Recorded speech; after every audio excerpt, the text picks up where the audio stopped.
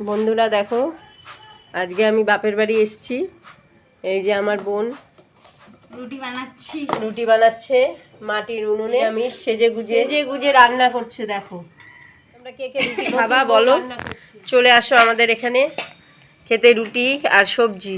এখন বাজে দুপুর 1টা। কিন্তু আসলে আমি একটু অন্ধকারে বসে আছি তো, তাই আসছে না মুখটা ভালো করে। হ্যাঁ এই দেখো গত হ্যাঁ বলছে। গত দেখো তো, দেখো এই দেখো, এই দেখো ফোনের দিকে তাকাও তো, ফোনের দিকে তাকাও। সবাইকে টাটা করে দাও, টাটা করো দেখি। হ্যাঁ বাইরে দেখো কত কুয়াশা, চারিদিকে কুয়াশা পড়ছে। আমার মাও বলছে মেয়েকে খাওয়াতে।